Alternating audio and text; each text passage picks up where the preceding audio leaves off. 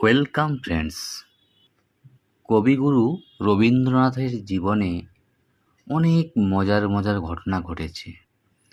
তার মধ্যে থেকেই একটি মজার ঘটনা আপনাদের সামনে শেয়ার করছি। যদি ভালো লেগে থাকে অবশ্যই একটা লাইক করতে ভুলবেন না। আজ যে ঘটনাটার কথা বলবো, এই মজার ঘটনাটির নাম হলো চুল কেটে ফেললেন নাপিত। একবারের ঘটনা। তখন রবীন্দ্রনাথ ঠাকুর শান্তিনিকেতনে আছেন। তার মাথার চুল বেশ লম্বা ছিল, প্রায় কাঁধ পর্যন্ত। চুলের সৌন্দর্য নিয়েও তিনি সচেতন ছিলেন। একদিন তিনি ঠিক করলেন চুল একটু ছোট করে কেটে নেবেন। এক শান্তিনিকেতনের স্থানীয় নাপিতকে ডেকে পাঠানো হলো। নাপিত এলো, সম্মানের সঙ্গে রবীন্দ্রনাথের সামনে বসে চুল কাটার প্রস্তুতি নিল। নাপিত সাহস করে প্রশ্ন করল, আপনি কি একটু বেশি ছোট করে কাটবেন?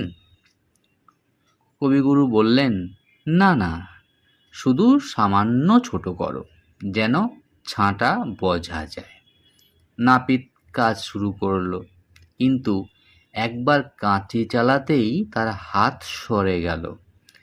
এক পাশে চুল এমনভাবে কেটে ফেলল সে, যেটা আর সামান্য রাখা গেল না। অগত্যা পুরো মাথার চুলই প্রায় সমান করে ছেঁটে ফেলতে হলো।